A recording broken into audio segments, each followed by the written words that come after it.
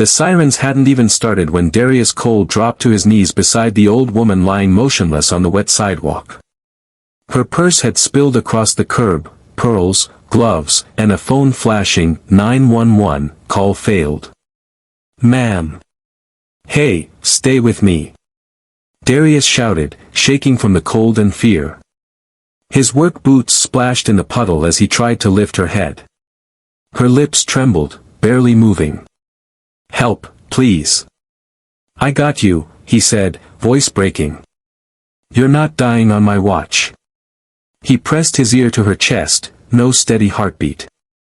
Panic flooded his veins, but training from years ago in the National Guard came rushing back. He started CPR, counting under his breath as rain poured down his face. 1, 2, 3. People hurried past without stopping, umbrellas high, eyes averted. The city didn't notice heroes anymore.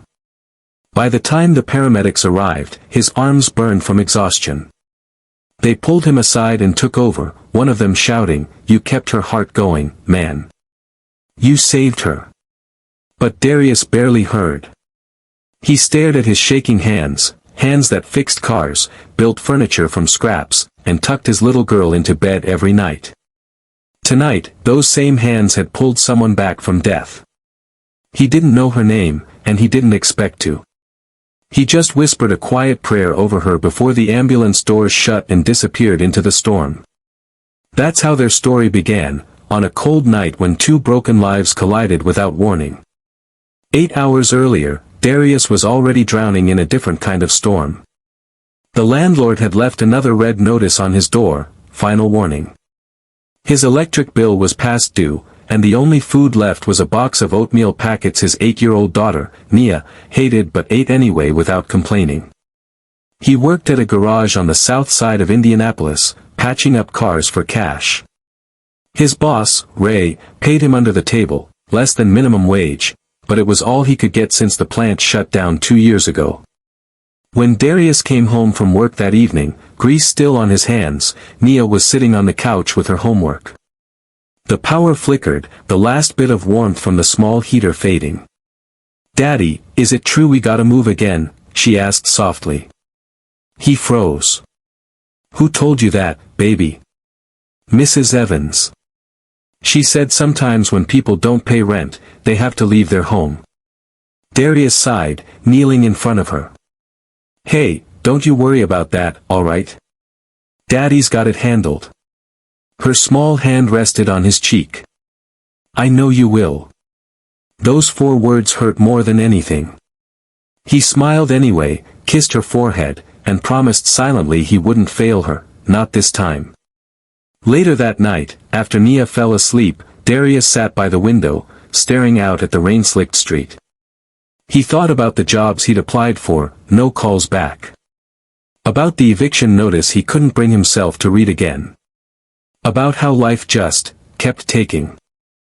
When the clock hit midnight, he threw on his jacket and decided to walk to the 24-hour gas station to clear his head. He didn't know it yet, but that decision would change everything. Halfway there, the sound of screeching tires cut through the rain. Darius turned, just in time to see a car swerve and hit the curb. He sprinted toward it instinctively, boots splashing through puddles. The driver's door flew open, and an elderly woman stumbled out, gasping for air before collapsing. That's where he found her. And that's how fate brought them together. The next morning, sunlight streamed weakly through Darius's apartment blinds. He had barely slept. He was sitting at the table, staring at his cracked phone, when someone knocked at the door. When he opened it, a hospital courier stood there with a white envelope. "Delivery for Mr. Darius Cole," the man said. Darius frowned. "Who's it from?" "Didn't say, sir." "Came from Mercy Hospital downtown." He took it, confused, and opened the seal. Inside was a handwritten letter in elegant script. "Dear Mr. Cole. You don't know me, but you saved my life. I am alive because you refused to walk away.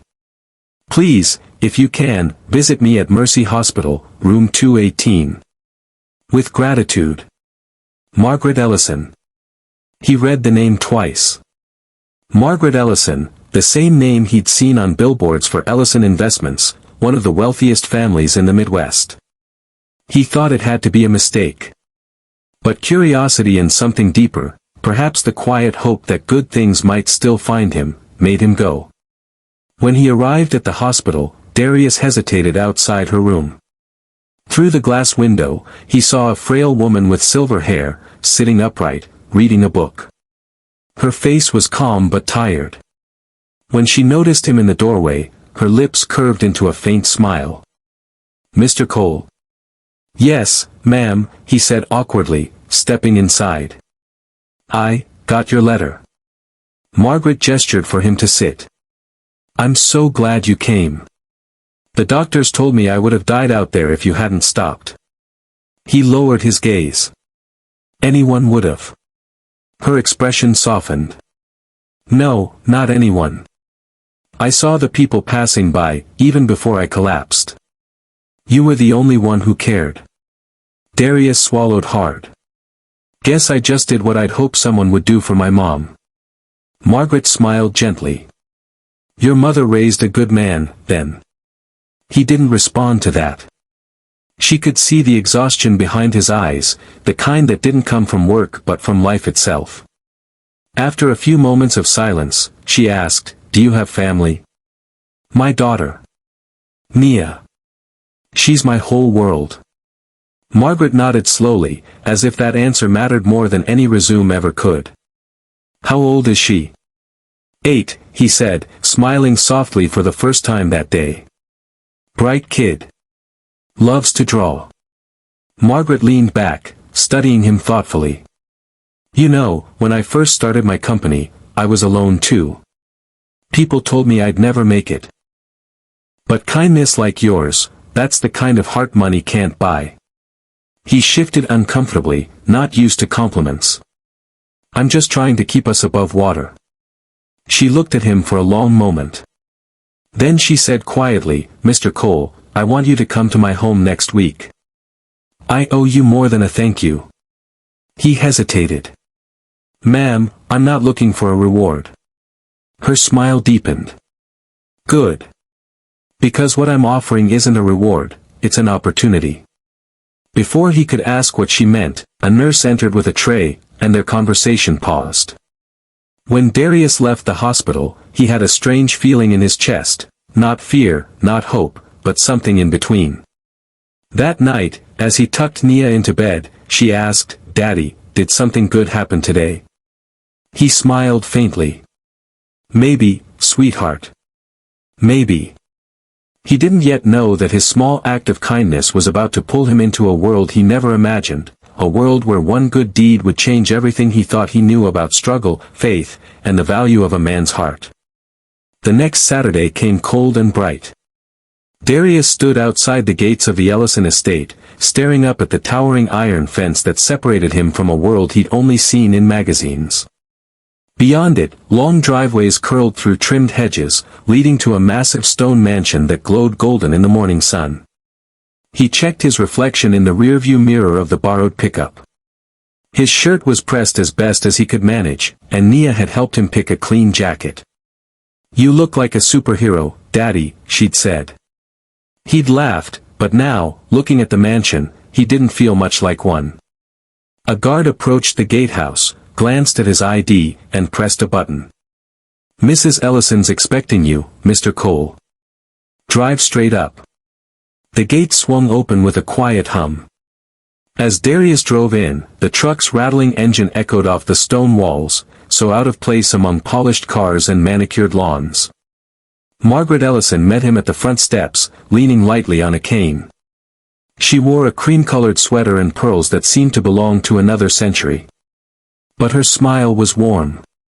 "Mr. Cole," she greeted, extending a hand. "Or may I call you Darius?" "Darius is fine, ma'am." "Then you must call me Margaret." He nodded, still uncomfortable. "Thank you for inviting me." "Thank you for saving my life," she replied gently. "Come, let's talk inside." The mansion's interior stunned him: vaulted ceilings, chandeliers, family portraits in gilded frames. He tried not to stare. Every surface gleamed. They sat in a sunlit sitting room overlooking a garden. A young woman entered carrying a silver tray. "Coffee or tea?" she asked politely. Coffee's fine," Darius muttered, his hands folded tightly. Margaret watched him with quiet curiosity. "You look nervous." He managed a half-smile. "I just don't really belong in places like this." She tilted her head. "I don't believe that. You belong anywhere your character carries you." Her words caught him off guard. He'd heard plenty of people talk about hard work, but never about character. She took a sip of tea, then said, "I've been thinking a lot about that night. You risked your life for me, and I don't take that lightly. I owe you something greater than money." "Ma'am, really?" "Please, let me finish," she said, raising a hand. "When I was younger, I built Ellison Holdings from nothing. My late husband passed before we had children. I've spent the last decade wondering what legacy really means. And then you appeared out of nowhere, someone who still acts out of decency, not what's in it for him." She paused. "You told me about your daughter. I'd like to help you both. But first, I want to understand you better." Darius frowned slightly. "Understand me how?" Margaret leaned forward. "I want to know your dreams, Darius. Not your problems, your dreams. What would you do if money and struggle weren't in the way?" No one had ever asked him that. He stared out the window for a long moment before answering. "I used to dream about building things," he said quietly. "Houses, furniture, anything. I'm good with my hands. I even started a small carpentry business once, but when my wife passed, I had to sell everything to stay afloat." Her expression softened. "I'm sorry." "She was the strong one," he murmured. "Nia's all I've got left now." Margaret nodded thoughtfully. "You're a craftsman. A builder. That's an honest trade, and an art." Darius chuckled. "Doesn't feel like art when you're fixing rusty pipes." "But you fix them," she countered. "That's more than most people can say about their lives." He smiled faintly, unsure how to respond. After a pause, she said, "I'd like to make you an offer. Come work for me, not as a servant, but as the caretaker of this estate. You'd handle small repairs, manage the grounds, and live here with your daughter. I'll provide housing, meals, and a salary. In return, you'll help me with a few personal projects." Darius stared, stunned. "Ma'am, that's too much." "It's what I want," she said simply. "You'd be helping me as much as I'm helping you." His mind raced. It sounded impossible: a stable job, a roof over their heads, a chance for Nia to grow up safe. But it also scared him. "Why me?" he asked softly. Margaret smiled, eyes bright. "Because when everyone else walked away that night, you didn't." A week later, Darius and Nia moved into the small guest house behind the mansion. It was modest but clean, surrounded by gardens that seemed too beautiful to be real. Nia ran through the halls, her laughter echoing. "Daddy, there's a bathtub bigger than our kitchen." For the first time in years, Darius laughed freely. "Don't break it, okay?" Every morning, he helped the maintenance crew, fixed squeaky doors, polished wood railings. He worked hard, but it felt different, like his effort actually mattered. Margaret often joined him in the afternoons, sitting on the patio with tea while Nia showed her drawings. "You've got quite the artist here," Margaret said one day, admiring Nia's picture of a bird. "She gets that from her mom," Darius replied softly. Margaret smiled. "She gets her heart from you." Days turned into weeks. Margaret grew stronger, walking more each day. She asked Darius about his carpentry, and soon he began building things again: birdhouses, benches, a hand-carved swing for Nia that hung from the oak tree outside the guest house. One afternoon, as he worked on the swing, Margaret approached with an envelope. "Darius, I want to show you something," she said. Inside were blueprints. "This," she explained, "is a plan for a community housing project I started before my illness. Affordable homes built with sustainable materials, for single parents, veterans, people like you." He looked at the plans, speechless. "That's amazing. I'd like you to help oversee the final construction," she said. "You know what these people need.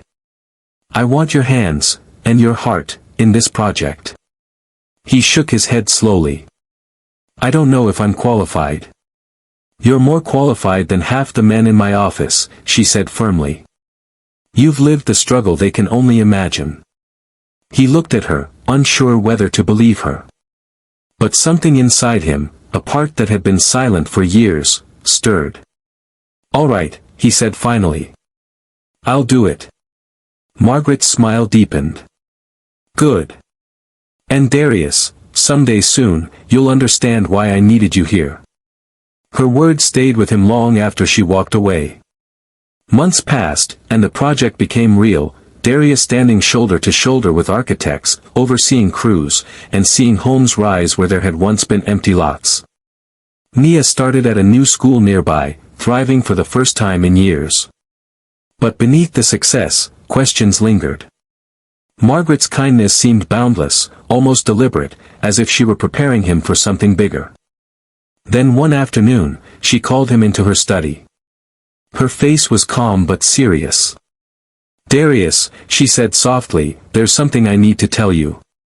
About why I really brought you here." He frowned, uneasy. "What do you mean?" She took a deep breath.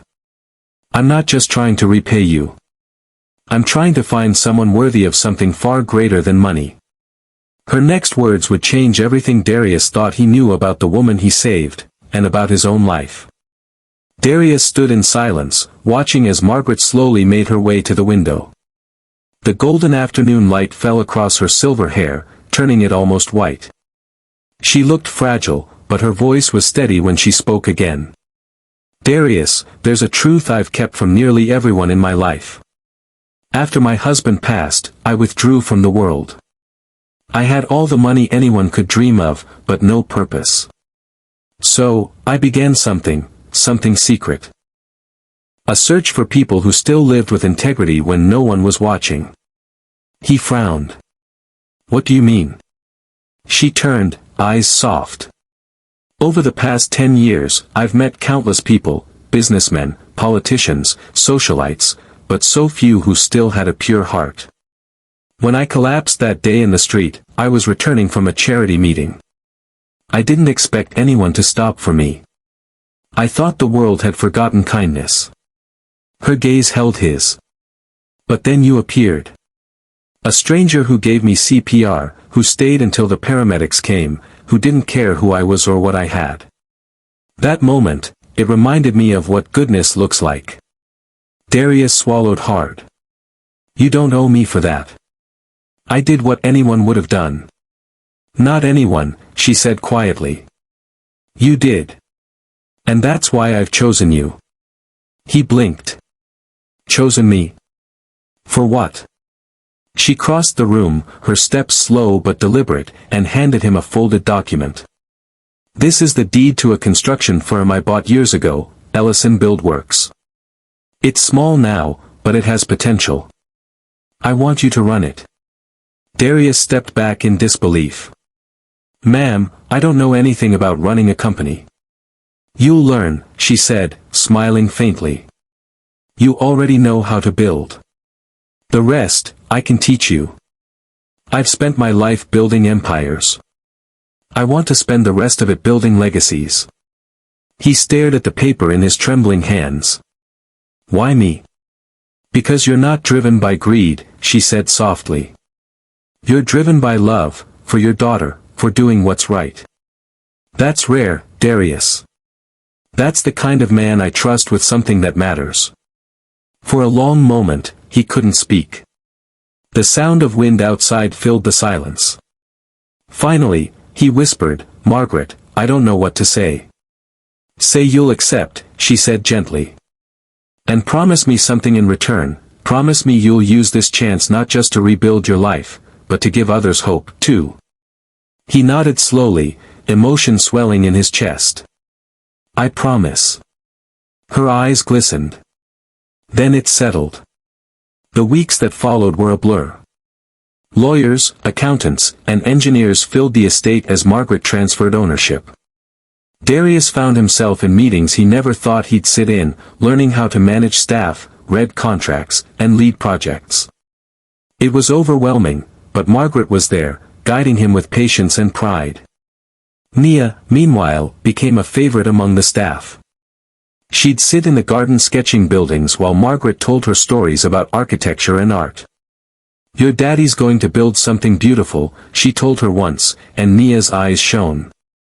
As the company relaunch neared, Darius stood before the new sign that read, Cole and Ellison Homes, building hope, one family at a time. His heart swelled with disbelief. This wasn't just his dream anymore, it was Margaret's dream, too, living through him. One evening, as the sun set over the hills, he found Margaret sitting on the porch wrapped in a blanket. She looked peaceful, but tired. Doctor says I should rest more, she said, smiling faintly. But I'd rather be out here, watching life go on. He sat beside her. You did something incredible, Margaret. I don't even have the words. She reached for his hand. You gave me something greater, Darius. You gave me back faith, in people, in purpose.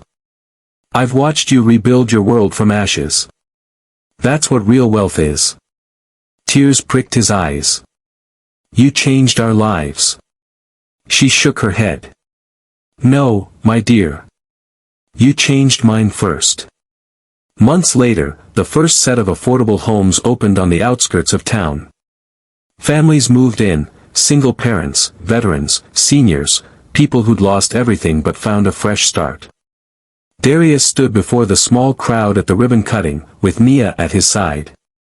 Margaret, too frail to stand long, sat in the front row, her smile radiant. He cleared his throat and began, voice trembling with emotion. A few years ago, I didn't know how I'd keep a roof over my daughter's head. Then a moment of chance changed everything. I met someone who reminded me that no matter how hard life gets, kindness still matters. This project isn't about me, it's about us. It's about rebuilding together, one act of compassion at a time. As he cut the ribbon, the crowd erupted in applause. Nia hugged his leg tightly, beaming.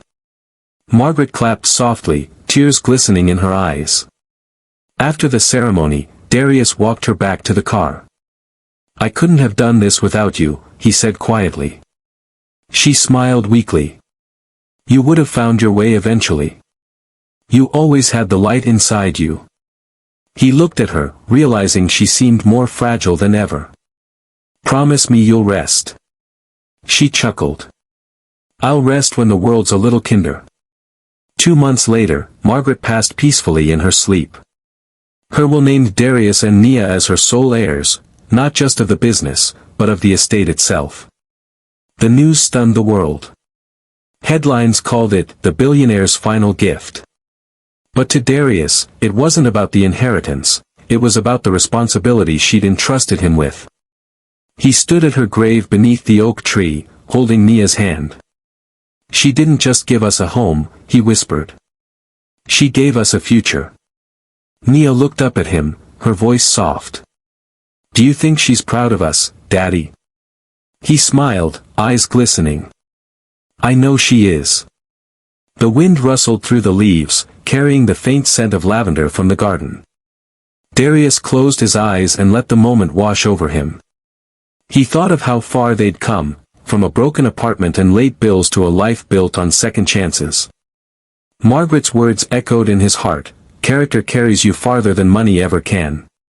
Years later, the Cole and Ellison Foundation expanded across the state, building homes, funding scholarships, and helping struggling families rebuild their lives.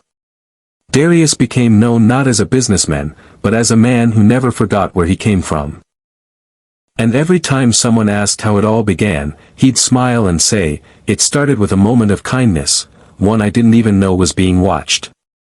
At night, when the house grew quiet, he'd sit on the porch swing he'd built for Nia years before. The stars glimmered above the same sky he once thought was too far to reach. But now, he knew, sometimes, the smallest act of compassion can change the entire course of a life. And sometimes, saving a stranger means saving yourself, too.